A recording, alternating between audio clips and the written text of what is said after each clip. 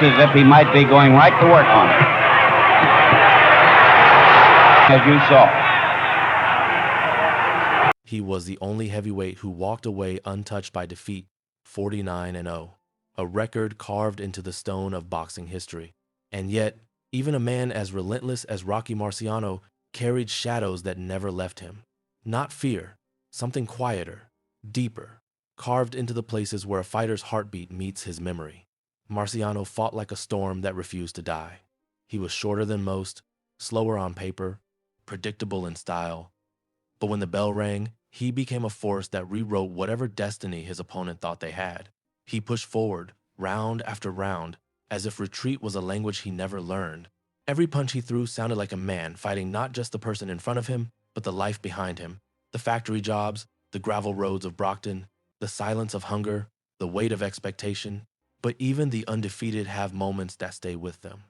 Moments that whisper long after the applause fades. Marciano never admitted fear. That word didn't exist in his dictionary. But ask anyone close to him, and they'll tell you something different. They'll tell you about the nights he couldn't sleep, about the names he repeated quietly when he thought no one was listening, about the men who forced him into places inside himself he rarely showed the world. Because being undefeated doesn't mean you were never tested.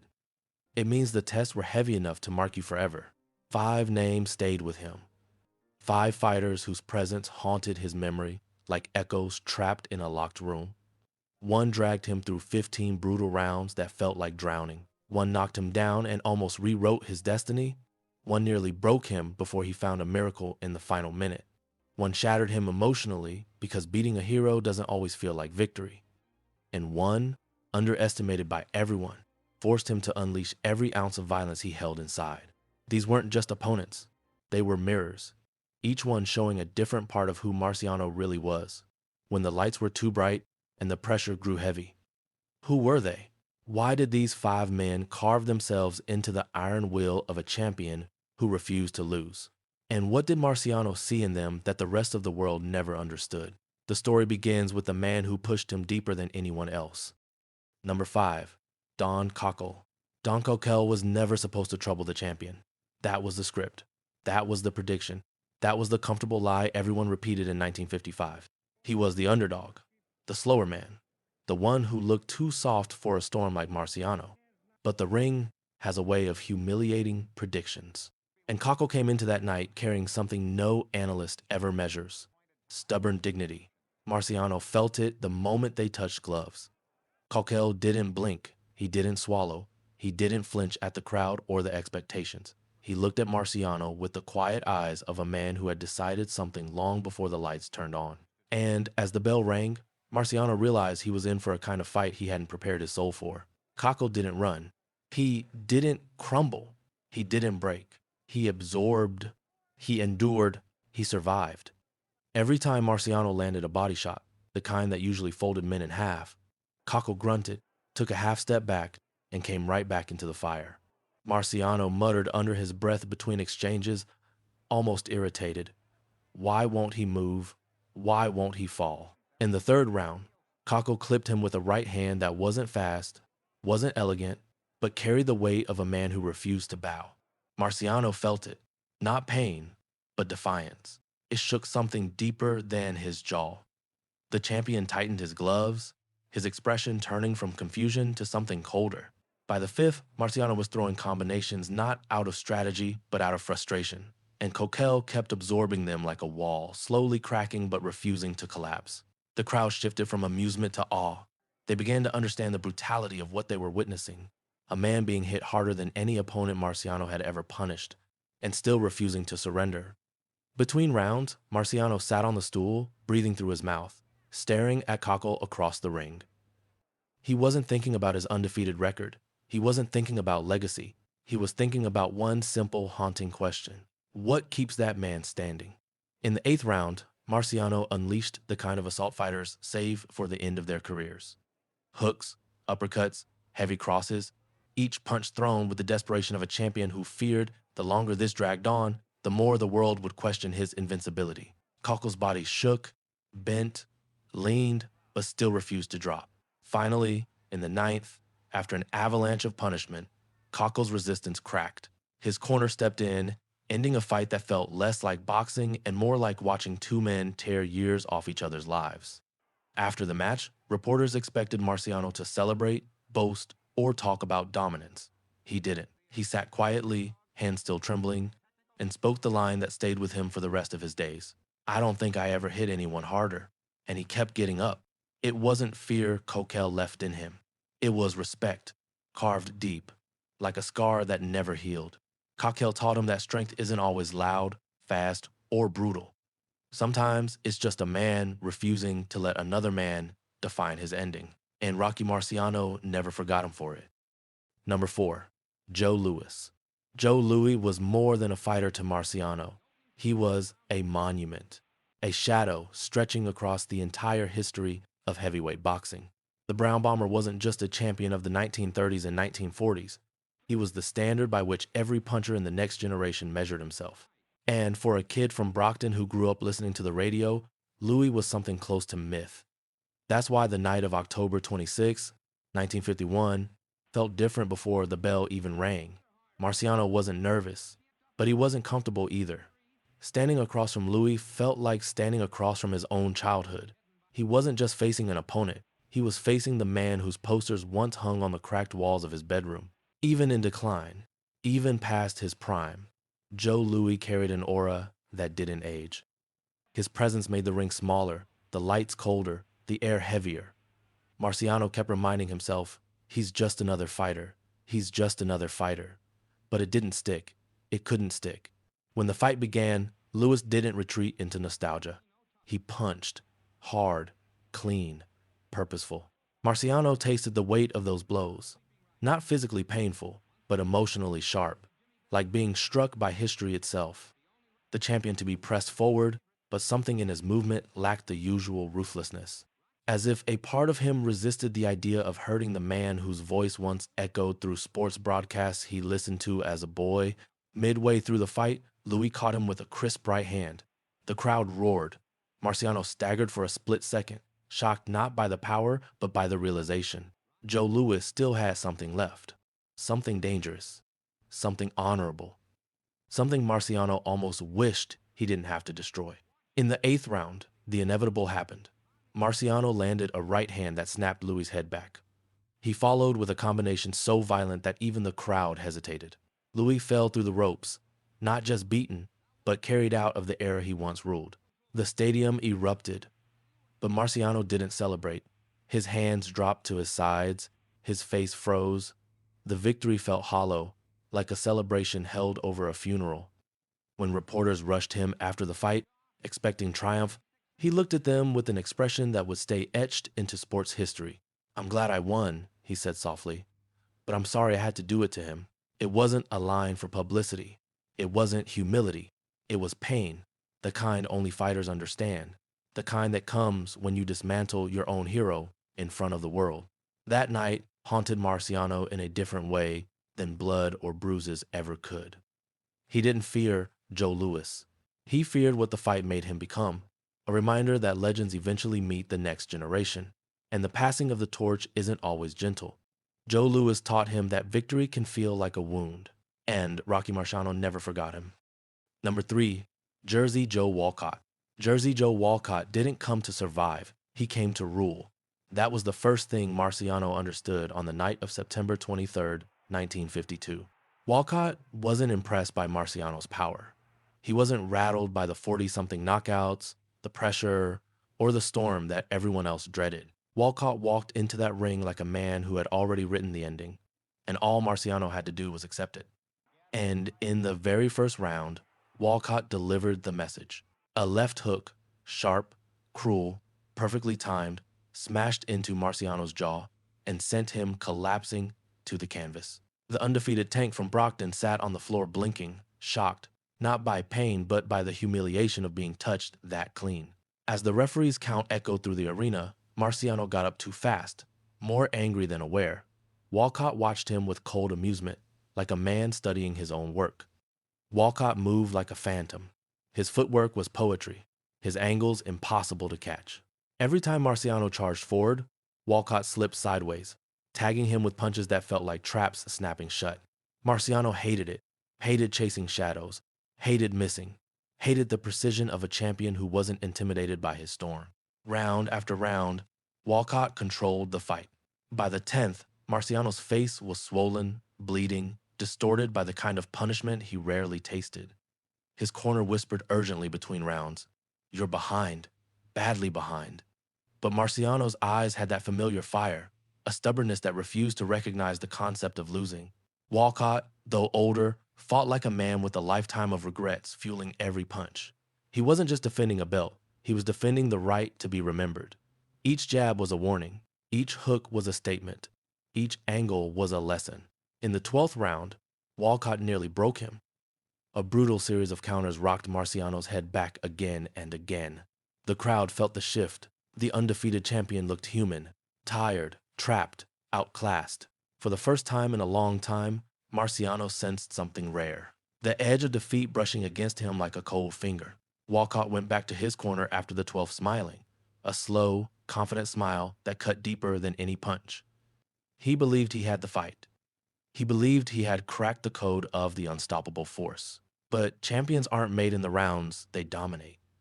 They're made in the rounds they shouldn't survive. The 13th began quietly. Marciano stepped forward with a calmness that didn't match the desperation inside him. Walcott circled, preparing another counter. Then, from a range that looked too far, Marciano launched the punch that would echo for decades. A short right hand, compact, savage, deadly, detonated on Walcott's jaw. His body collapsed instantly, like a puppet whose strings were cut. He fell in place, frozen midair for a moment, eyes wide open. Marciano didn't raise his hands. He just stood there, breathing, stunned by the violence of what he had unleashed. That single punch became one of the most iconic knockouts in heavyweight history. But for Marciano, it was more than a knockout. It was a reminder that he had been seconds away from losing everything. The belt, the record, the myth. Years later, Marciano would say quietly, Walcott was the one who almost took it all away. It wasn't fear Walcott left in him. It was the memory of just how close immortality came to slipping from his hands. Rocky Marciano never forgot that night. And he never forgot the champion who nearly broke him. Number 2, Archie Moore. Archie Moore didn't step into the ring as a challenger. He stepped in as a historian, a man who has seen every style, every trick, every rise and fall across 2 decades of fighting. They called him the old mongoose for a reason. He didn't rely on speed or youth or brute force. He relied on calculation. He dissected fighters. He waited for their mistakes. And on the night he faced Rocky Marciano in 1955, he walked toward the champion with the confidence of a man who believed he had solved the riddle no one else could. Marciano felt it immediately. Moore's eyes followed him with the cold focus of a hunter who already knew where the weakness hid. Moore didn't need to talk. His silence was enough. It carried experience, danger, and a kind of intelligence that Marciano had never dealt with before. In the second round, Moore delivered the moment that would haunt Marciano for years. A perfectly timed right hand, short, sneaky, vicious, cracked into the champion's jaw and dropped him to the canvas. The crowd gasped. The world paused. Marciano had been shaken before, but this was different. This wasn't luck. This wasn't a wild punch. This was a master laying a trap and springing it with precision. As Marciano hit the floor, Moore leaned over just enough for the cameras to catch the expression on his face. A quiet, almost satisfied look, as if saying, "I told you I could find the opening." Marciano stood up at the count of 4, but his mind wasn't calm. The undefeated champion had felt something new. Not fear, but exposure. Moore had reached inside his armor and proved there was a way to break it. From that moment on, the fight turned into a chess match, drenched in violence. Marciano tried to pressure, but Moore kept angling off, stabbing him with jabs that felt like knives slipping between ribs. In the clinches, Moore whispered things only fighters understand. Hints, taunts, little reminders that he had already put the champion on the floor. "Careful," Moore muttered once. "I can do it again." Marciano didn't respond. He couldn't. His lungs burned, his face swelled, his pride shook. He was fighting not just Moore, but the terror of what another knockdown would mean. The undefeated don't fear pain, they fear doubt. By the 6th, blood trickled from Marciano's mouth. By the 7th, his legs were heavy. Moore kept touching him, poking at him with shots that weren't meant to finish, but to wear. And then, something inside Marciano snapped back into place. The furnace. The instinct. The refusal to let history write his ending. In the 8th round, Marciano cornered Moore and unleashed a sequence that looked less like boxing and more like a man forcing destiny back under his control. Hooks, crosses, uppercuts, each punch powered by survival rather than pride. Moore tried to pivot away, but the storm swallowed him. A right hand sent Moore stumbling, a left hook froze him, and a final barrage in the 9th ended it. The old mongoose collapsed, overwhelmed not by one punch, but by the accumulation of everything Marciano poured into those final seconds. After the fight, while Moore sat on a stool with ice against his cheek, someone asked Marciano what he thought of the challenger. He didn't hesitate. "He was the cleverest man I ever fought," Marciano said quietly, "and the only one who nearly rewrote my record." Marciano wasn't haunted by the knockdown. He was haunted by the intelligence behind it, the proof that even unbeaten men can be outsmarted. And Marciano never forgot Archie Moore. Not for the punch, but for the lesson. Number 1. Ezzard Charles. Ezzard Charles did not walk into the ring like a man preparing for a war of strength. He walked in like a scholar, stepping into a final examination. Calm, precise, focused. He did not fear Marciano. He understood him, and that was far more dangerous. Before their first fight in 1954, Charles had already spent months studying every second of Marciano's movement. He watched the way the champion dipped his shoulder before throwing a right hand, the way he reset his feet, the moments his guard opened by an inch. Charles was not faster than Marciano, and he was not stronger, but he was sharper. He had fought more styles, more champions, more puzzles than any heavyweight of his time. When the first bell rang, Marciano charged in with his usual pressure, expecting to break Charles down the way he broke everyone else. But Charles did not break. He slid, he turned. He countered with careful accuracy that felt like he was punctuating each moment with a quiet lecture on technique. Marciano threw 3 punches. Charles touched him once, but that single touch carried a message Marciano could not ignore. "Keep coming. I can see all of it." He said it softly after a clinch. Marciano pretended he did not hear it, but the sentence struck deeper than any punch. For the first time in years, the champion felt studied, not feared. The fight became a long drowning. 15 rounds of pressure meeting mastery. Marciano swung with violence. Charles answered with intelligence. By the 7th round, Marciano's face was swelling. By the 10th, his legs felt like they were filling with lead. Yet Charles kept controlling the rhythm, forcing Marciano to doubt himself in ways he had never experienced. When the final bell rang, Marciano's hand was raised by decision. But when he walked back to his corner, he looked like a man who had gone through a storm he barely survived. The rematch came 3 months later. Marciano entered the ring with an urgency that bordered on obsession. He wanted to prove the first fight was not luck, not doubt, not weakness. He wanted to end Charles, not out of anger, but out of necessity. Instead, Charles opened a new wound. In the 2nd round, he stepped inside and unleashed an uppercut that sliced Marciano's nose open in a crimson line. Blood poured down the champion's face as if someone had torn a seam. For a moment, Marciano blinked through the red curtain, unsure if he could even see. The crowd sensed the danger. The referee moved closer. Marciano tasted iron and something colder, the possibility of defeat. But there is a moment in every great fighter's life when instinct takes command. Marciano moved forward, bleeding, growling, abandoning caution. The fight turned brutal. Charles kept landing sharp counters. Marciano kept walking through them, fueled by the fear of what losing would mean for a man who had never known loss. In the 8th round, Marciano finally found the punch he had been searching for. A right hand crashed into Charles's jaw. The technician stumbled. The champion followed with a barrage, each strike a declaration that he would not let history take his record away. Charles fell. The referee counted. Marciano stood above him, exhausted, victorious, and changed forever. Later, when someone asked Marciano who the toughest man of his career was, he did not think for a second. "Ezzard Charles," he said quietly, "toughest man I ever fought." Marciano never forgot him. Not for the wounds, not for the fear, but for the truth Charles forced him to face. A champion is not defined by the men he beats easily. He is defined by the one man who almost broke him.